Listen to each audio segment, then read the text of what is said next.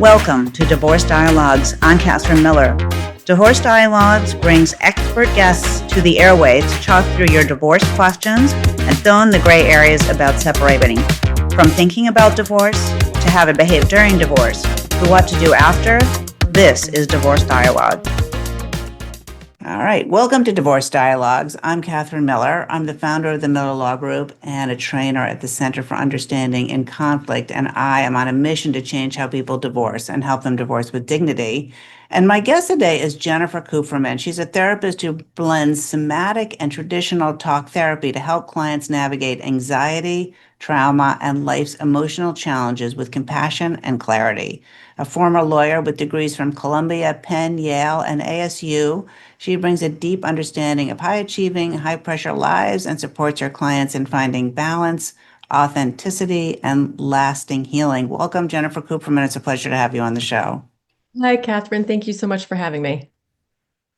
You know, you've had a legal career and also a career as a therapist, and I'm wondering, particularly when it comes to divorce, how that dual perspective shapes the way you support your clients going through the divorce, especially when they're sort of bandied about between the legal and emotional challenges.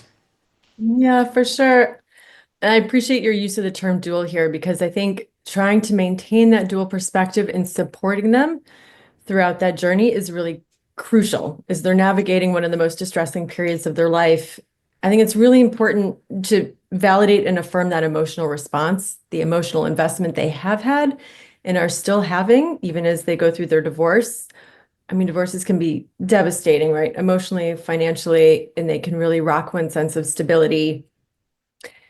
At the same time, we don't want to be making emotional decisions around legal issues. So holding space for that emotional response and giving it its due, helping clients process those emotions as they arise and discharging them, and even healing some of that underlying hurt can help them make better legal decisions, right? Like the neuroscience is pretty clear that when we're experiencing strong emotions, whether that's anger, grief, or all of the attendant emotions that come along with a divorce, that rational part of our brain goes offline.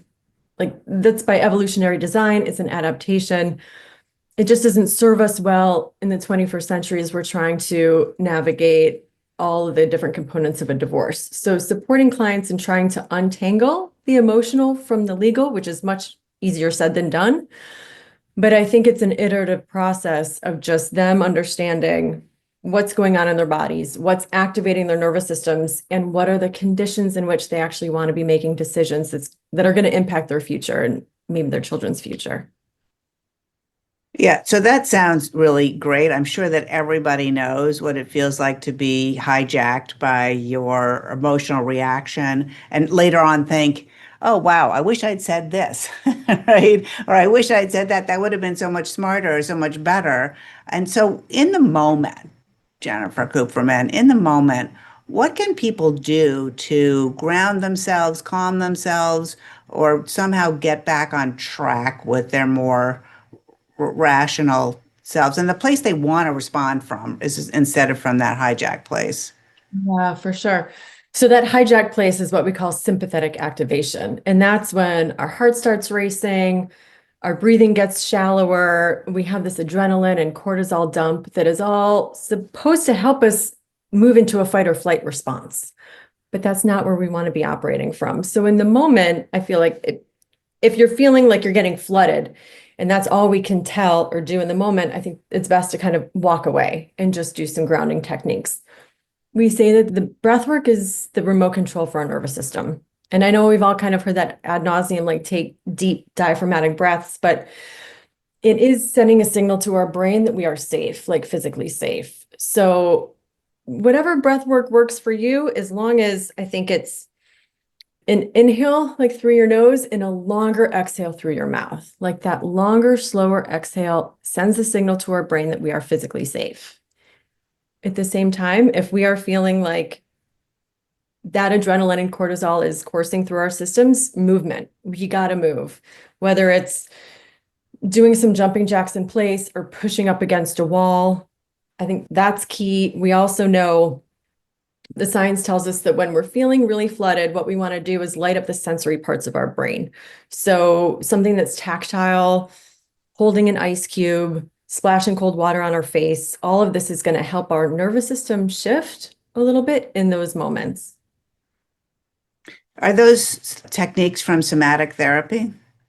Yes, well, some of those techniques borrowed a little bit from dialectical and behavioral therapy. For a while, they have had what they call like the tip method. So to change your emotion mind fast, you want to do a temperature change, hence the ice cube or the splashing cold water on your face. Then movement, paced breathing, progressive muscle relaxation. That's all been in dialectical behavioral therapy for a while.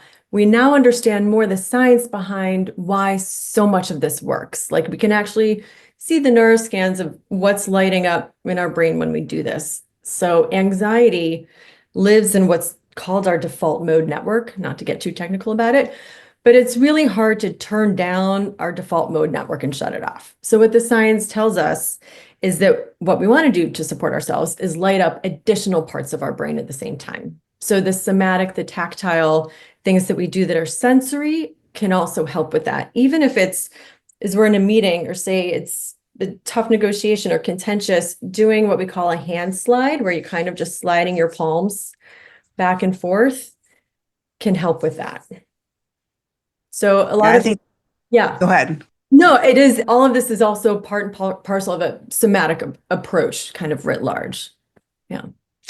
Yeah, I do a lot of mediation training. In my bio, when I introduce myself, I talk about being a trainer at the Center for Understanding and Conflict. And one of the things that mediators, especially new mediators, really worry about is what it's going to be like when they're alone with the conflict in the room, right? And we always, one of the things that I tell my students is when I have that happen to me, I sit there and I think two things. I take 3 deep breaths and I count them. And I also think about what it feels like to sit on the chair, like just that sense of groundedness and support that I am safe. I'm breathing, I'm sitting, I'm not actually at risk, even though all those emotions that are happening in the room can feel pretty scary at times.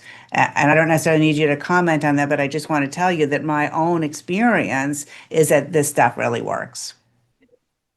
Yeah, I mean, because it all connects to the fact that we are human beings who have evolved with a very like acute and sensitive threat response. And so reminding yourself by focusing on something like your chair kind of sends a signal to your brain that you are physically safe in the moment, and it helps your nervous system shift. It really does.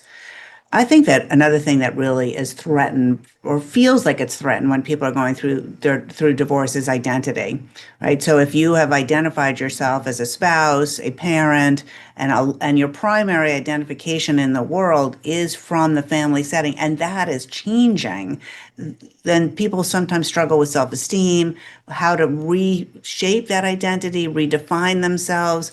And I'm wondering how you think, as an expert in this field, how someone can begin to rebuild their sense of self when the life that they've built is changed and no longer exists. Absolutely. I do think in this regard, somatic therapy can be very helpful because somatic therapy actually helps us build new circuits kind of in your brain. And I can talk more about some somatic techniques that I think are really effective in that regard.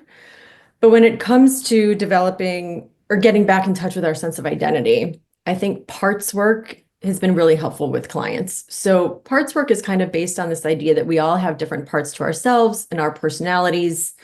You know, the parts framework I used in my practice comes from something called internal family systems theory, which was developed by Dick Schwartz, who's written a number of best-selling books, and he's on the faculty at Harvard Medical School.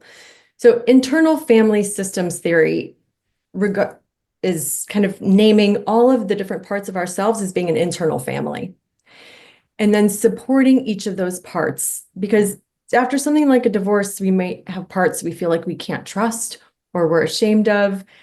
And in this context, we're going to hold space for those parts, get to know them, and support them in different ways. The premise is that they're all trying to help us in their own way. They all have good intentions, but some of their strategies are maybe maladaptive or things that we learned from a long time ago. So there's the working with the different parts, and also the you that's not a part is what we call your core self. That's the heart of your compassion, your curiosity, your joy, everybody has a core self. It's innate. It's nothing we need to cultivate. It's just something that for a lot of us has gotten obscured over time as we've developed parts, often in childhood or adolescence, that were helpful. And then maybe they get amplified when we go through something distressing like a divorce, but it feels like we've forgotten our core self and who our true identity is. So I think a parts framework can also be helpful in getting in touch with who we really are. And a part, if this is all sounding very woo-woo or new agey, I totally get that. A part is really just a bundle of neural networks that's been strengthened over time. So just because something has been strengthened and the connection is strong, it doesn't necessarily mean that's who we really are. Yeah, I think that a lot of people experience themselves differently in different environments, right? So I'm different at home than I am in the office, than I am with my family of origin, than I am in the at the club, whatever, right? Is that sort of what you're talking about in terms of parts that like that's and part of what how that might show up? For sure. Like we all have that experience and sometimes there's a part of us like two at once that seem conflicting, right? Like a part of me wants to scream and a part of me wants to cry. And so it's kind of honoring those different parts, being curious about them rather than judgmental, rather than, oh, this part, I'm ashamed of it. I want to tamp it down. It's not who I want to be. I'm going to try to avoid it. Doing parts work kind of asks us to be curious and compassionate about these parts. What are they trying to tell us? And actually listening to them. And the irony is that if we listen to those parts and we go into them deeper, they often don't need to be so loud or try to be heard because we're actually giving them that time and space. I'm Catherine Miller, and you're listening to Divorce Dialogues, a podcast dedicated to educating people about divorce related topics so that everyone can divorce with dignity. Subscribe to the podcast wherever you listen to podcasts to be sure that you don't miss an episode. And I'm talking today with Jennifer Kupferman about the healing process through divorce and finding a new identity and figuring out how to deal with those transitions. And I think, Jennifer Kupferman, that a lot of people worry about their kids. And one of their parts is to be really concerned and protective as a parent, and whatever their perspective is as to how to do that. And so for parents who are going through a divorce, what are some of the most important mental health considerations about the kids that come up and that they should know about protecting their children's emotional well-being? I really think that the most important thing a parent can do to protect their child's emotional well-being is support themselves in managing their stress. I mean, I know that sounds simplistic, and it's really emphasized by this best-selling author and speaker on mental health, this medical doctor named Gabor Mate, who's written a lot about the link between stress and disease and about how anxiety can like circulate within a family system or a nervous system, and how over time that is what we call complex trauma. And so the best way that we can protect our kids is to manage our own stress, start attuning to where our own nervous system is at. And that means doing like a little bit of psychoed to learn about, okay, our autonomic nervous system has like three main states it can be in. When we're feeling safe and grounded is what we call ventral. When we start to feel like it's kicking into fight or flight, our heart starts to race, it's being in what we call sympathetic. And then there's the third main stage is called dorsal. So going into shutdown. And just learning these terms and having this vocabulary and starting to pay attention to where's my nervous system at? Is this the place from which I want to be engaging with my kids? And at the same time, teaching them that as well, right? So we can be more responsive than reactive when we're with them. And I really think that's probably the most important thing that we can do for our kids. Do you think that I'm just wondering what your thoughts are. A lot of people stay together for the kids, and for our listeners, I'm putting air quotes around that, and I think that's a very complicated and complex decision, but I'm wondering what you think about if that's truly what they're staying together for, to protect their children. Does that really protect their children? No, I mean, the short answer is not at all. I do think there's a bit of a generational shift, like that belief that it is inherently good for kids if the parents stay together as a unit, I think is being questioned more and more and adhered to less as social norms and stigma around divorce changes. But kids pick up on so much and they just absorb it, their nervous systems do. So even if there's not fighting in the home, they'll pick up on tension. And over time, that's a lot of wear and tear on kids' own nervous systems. And that is what we call complex trauma. So, not to get too technical, but when we think about trauma, there's shock trauma or like a singular event, right? Like an accident. And then there's what we call complex trauma, which is the product of maybe even in the most well-intentioned households, living in a tense emotional climate where the kids learn to do some emotional monitoring of their parents, like walking on eggshells, attuning to where their parents are at. They know that their parents are unhappy. So there's the damage to their nervous system over time. And then there's also what they internalize is normal and healthy in a relationship. And a lot of times, like the brain seeks what's familiar. So this is why if people grow up and there's some dysfunctional relationship, they'll often repeat that. It's not, the brain is programmed to seek out what's familiar because it's looking for safety and that's what it knows. So I do think it deserves a lot of thoughtfulness and consideration around whether or not what you want to model for your kids and what love looks like and what they're going to associate with being in a family environment, and whether or not being with a lot of stress or contention is something that you want to become their normal, because they will absorb that. Whereas if parents separate, that is, can be traumatic for the kids and distressing, especially in the beginning. Absolutely. But then they can see their parents actually, maybe living more fulfilling, grounded, calmer lives.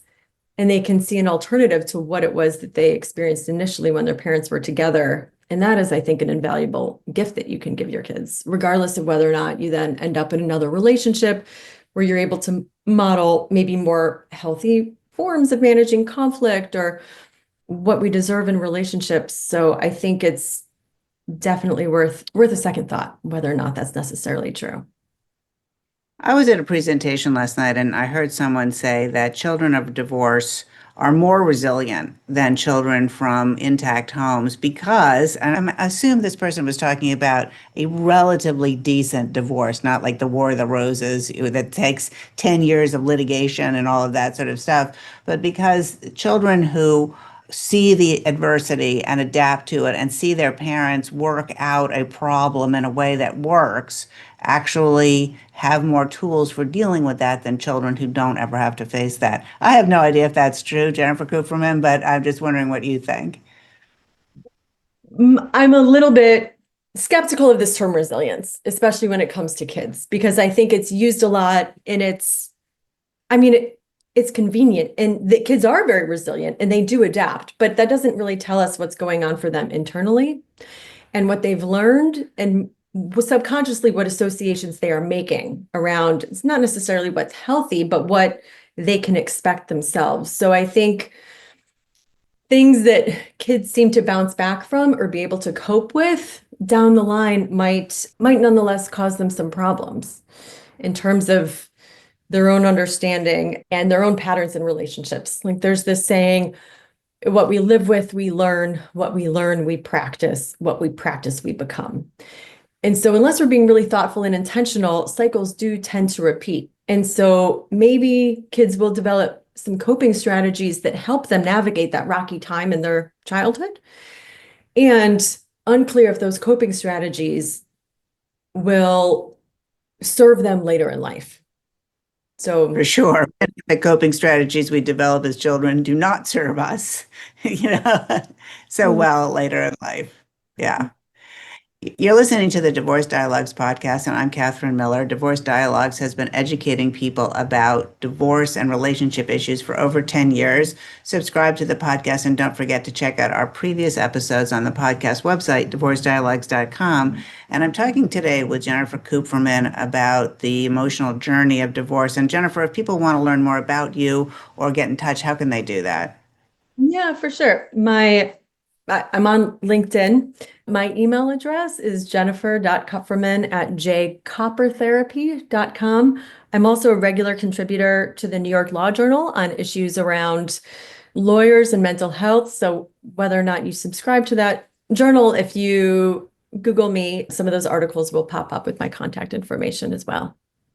And the contact information will be in the show notes below. One of the most interesting legal issues recently, and I think most heartbreaking also, are issues of infertility, frozen embryos, and that kind of thing. And it's often true that infertility and family planning challenges can be an underlying stressor in marriages that ultimately end in divorce. And how do you help individuals process grief or resentment around these themes and family planning in general? I mean, I think these are really complicated issues because just on an individual basis, what folks are coming to it with in terms of these underlying core beliefs before they were ever in a relationship around what does my fertility or my say about me? What is it that I want? Do I want to have a family? How does that relate to social norms around it? So often it's important to do some of that individual work and identify what our core beliefs are. And then it can, of course, exacerbate tension within a relationship. I no longer work with couples. I did for a while, but I will say that sometimes it's a symptom, I guess, rather than an underlying problem. But the tension around fertility can be a symptom of some larger issues for couples to work on. At the same time, fertility journeys can be really stressful and have their own ups and downs, both emotionally and financially. So I think having access to support or a third party who can mediate some of that tension and conversation and how we're managing conflict can be really helpful around it. At the same time, like grief is not linear. We all know those stages of grief: denial, anger, bargaining, acceptance. And we kind of think that we're going to follow them in order. Whereas I like to say grief is maybe it's more like a funnel. Like we're going to keep going around and touching upon all of these. It doesn't mean that we're not making progress because things often come up in a different way. But I think allowing that, it takes time, and it's hard to fully process grief when we're still going through that part of the journey. Yeah.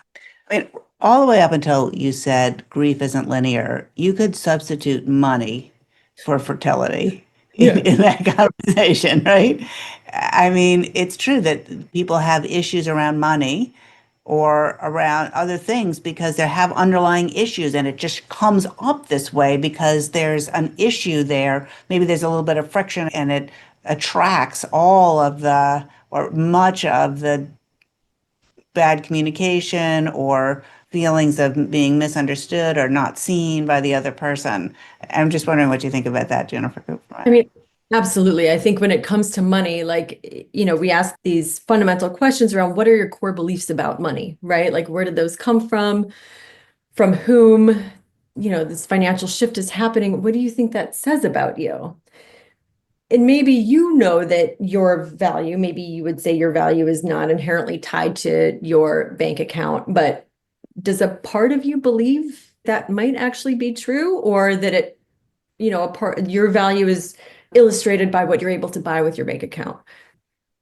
Does it say something about your own worthiness or value? And you mentioned, some shame as well that can come along with fertility or financial issues. And just like shame's a really powerful emotion. I think Brene Brown has done some really good research and work around shame in highlighting that shame is not, I did something wrong. Shame is, I am wrong.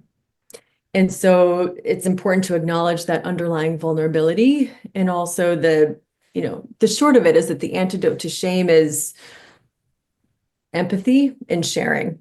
And so the more that we feel we can share those vulnerable parts of ourselves, the vulnerable parts that maybe some of our protective parts are always trying to like tamp down or keep hidden from view or even from our own view, then we can be curious about how and why certain beliefs got into us in the first place. Does that actually align with our core values and our own beliefs? Yeah, absolutely. So we just have a minute or two left, Jennifer Kupferman, and I'm just wondering if there's a listener who's feeling stuck emotionally, maybe in their co-parenting or in their legal situation, what's one actionable step that you would recommend for them to begin to shift out of that sense of paralysis and into a place of empowerment? So I would say that paralysis is a totally normal response to the circumstances. Like rather than shaming ourselves for having it or fighting against it, we want to acknowledge that your nervous system, your subconscious, or what we call your neuroception, has perceived a potential threat and is responding accordingly. And if it's not serving you, that threat response, there are ways that we can support it so that we can actually shift how our nervous system responds to something. So I won't get too into the somatic therapy, but I will say that it is possible for us to change how and where something is stored in our brain so that it's no longer paralyzing, it's no longer so distressing. So there's traditional talk therapy, which can also be helpful. It's a big part of my practice for sure. There's also somatic therapy, where we address within our nervous system how it's responding to something, and we can create new neural pathways or circuitry that we can travel in the future. So I would say you're not alone by any means, and we want to, in the moment, do what we can to calm our nervous system and ground it, and also seek support, whatever that looks like. And there are types of therapy that are evidence-based out there. There's quite a robust literature supporting somatic therapies like EMDR that can actually enable us to heal as opposed to cope. Not that there's anything wrong with coping, and we all need some really effective coping strategies, but I think healing can often look and feel different. And so just knowing that's possible. And I think it's the difference between taking an aspirin to cure your headache or not getting the headache at all, right? Sure. Yeah, absolutely. Jennifer Kupferman, thank you so much for being my guest on Divorce Dialogues. It's been a pleasure. Yeah, thanks so much for having me. Take care.